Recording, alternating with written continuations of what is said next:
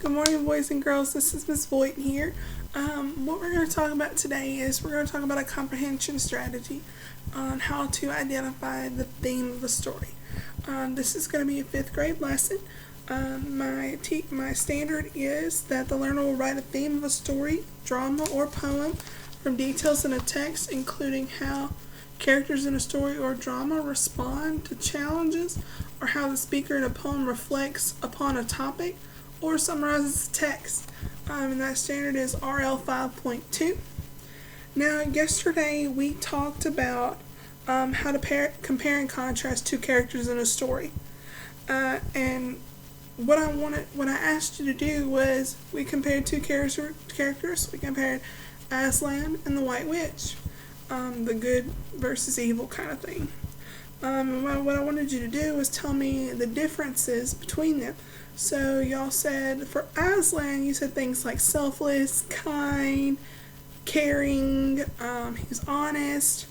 And for the White Witch, you said words like cruel, evil, cold, rude, things like that to compare them. And we put them on a Venn diagram and on the smart board. And then we wrote a little bit about, we had text-based evidence to go along with that character trait that we found for our character. What we're going to talk about today is how to write the theme of a story from details in the text. Now what that means is that we're going to look at the story and we're going to pay attention to details of what happens in that story. And we're going to use what happens in that story, whether good or bad, to develop a theme. Now yesterday, like I said, we talked about comparing and contrasting two characters. Today we're going to write the theme of a story, and then in the future we're going to explain series and chapters. We're going to talk about stanzas. We're going to provide structure in the story and in the drama, or the drama. Now, what I'm going to do is I want to know who your favorite Disney character is. I'm going to give you a few minutes to answer that and think long and hard on it. And then I want you to tell me, once you have it in your head, I want you to tell me why they're your favorite Disney character.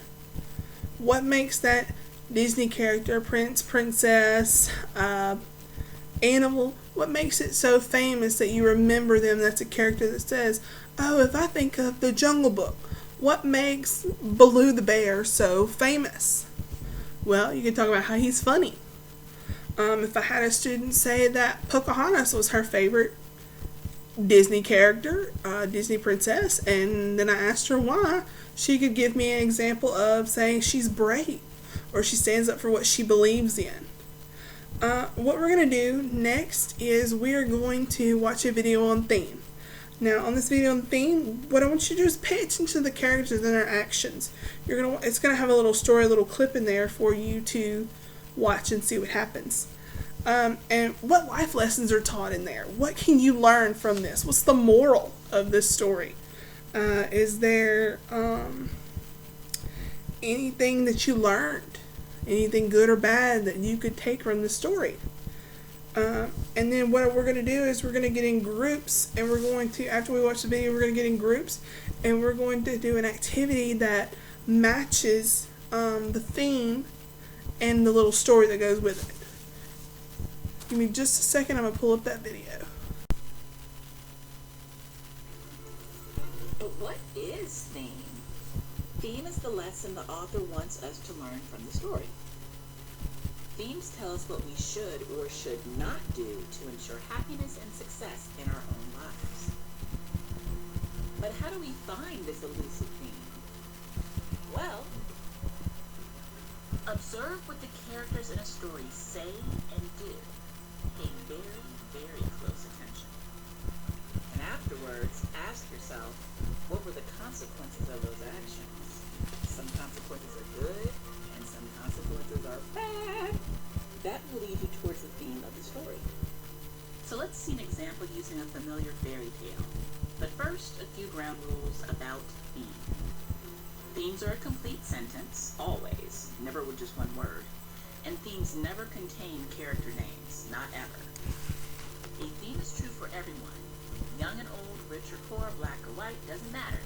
If it doesn't, it's not truly a theme. But back to Cinderella. So let's look at this story first. Let's get started.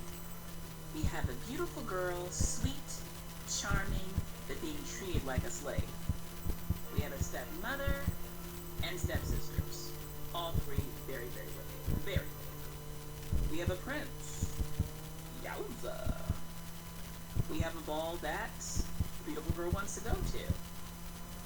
We have the wicked stepmother and stepsisters trying to stop her at every turn. We have a fairy godmother. Ultimate hookup.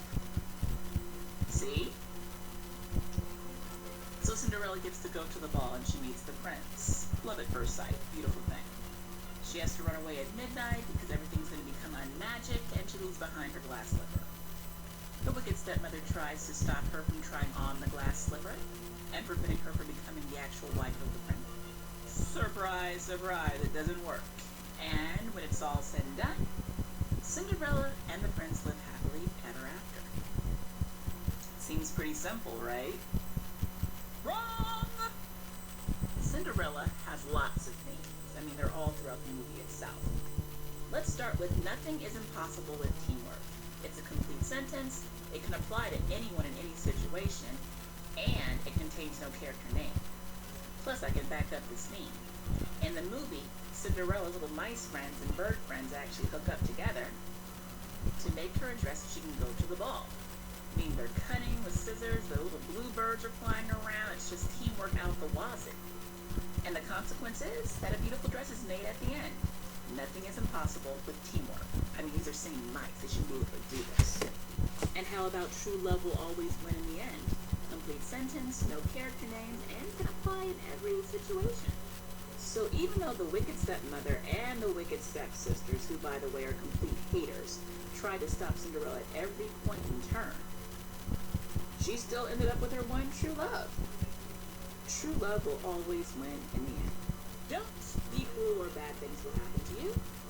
Definitely true, complete sentence, no character names, and can apply to anyone. Long story short, these two haters died alone, probably eaten by their cats because they were so mean to Cinderella throughout the entire movie. Enough said. We could keep going, but I think you're getting the picture. Let's review. A theme is a lesson that the author wants you or us to learn from a story. Themes are always complete sentences. Themes never include character names. And a theme is true for everyone. Young or old, rich or poor, black or white, tall or short, doesn't matter. If it doesn't apply to everyone, then it's not a true theme. To find a theme, observe what the characters in the story say and do. And ask yourself, what were the consequences of those actions? Were they good or bad?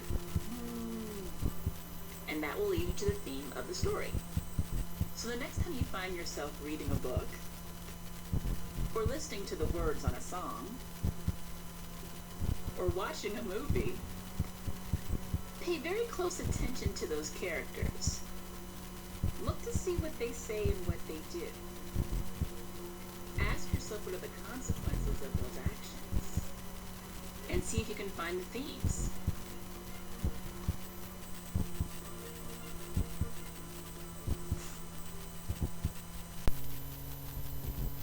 Now, once we have finished watching the video and theme, what I'm going to do is I'm going to have 4 little example cards, 4 little theme cards, and each of them have a different theme on them. They're all going to be placed in a little Ziploc bag along with some directions and examples of a little clip of a story. And I'm going to get the kids to see if they can determine the theme. Now remember, the theme is not an actual person. The theme is what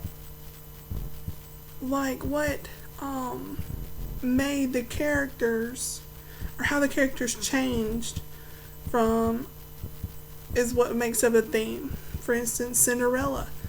In the story, she had was basically treated as a slave and by her stepmother and stepsisters, and then it says that she got help from some animals, made a dress, went to a ball, lost her slipper, fell in love with the prince. Well, stepmother tried to stop it.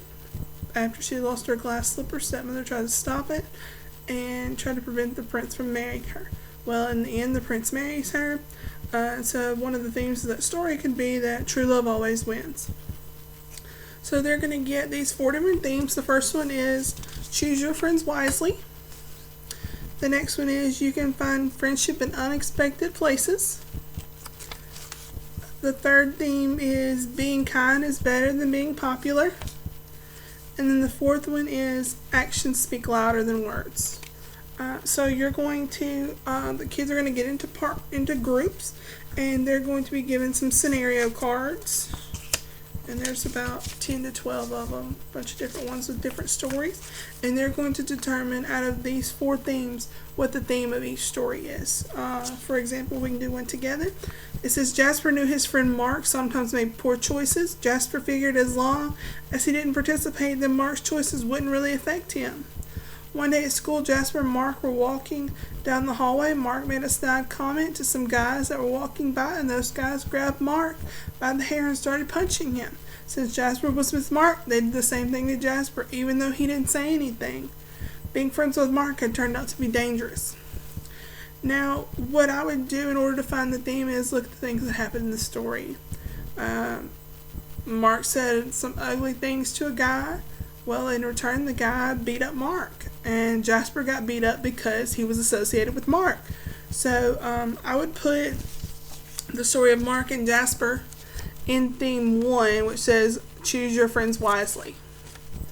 Okay, and then we'll do one more together. It says Matt was so upset when he found out Tom was going to be his reading partner all year. Tom was a bully off and kicking Matt. One week, Matt and Tom were reading a funny book together. They both started laughing at the same time, and they laughed for a long time. As the year continued, the boys started to enjoy being reading partners. Tom stopped kicking Matt since they had so much fun together. At the beginning of the year, Matt would have never believed that he'd be friends with Tom, but that's what happened. So I could look at it. I think that this is going to go with theme 2. You can find friends in unexpected places. And the reason I say that is because in the beginning of the story, the guys weren't friends, and Tom was a bully to Matt. And then as they became reading partners, they became friends. So they found friendship through an unexpected reading project.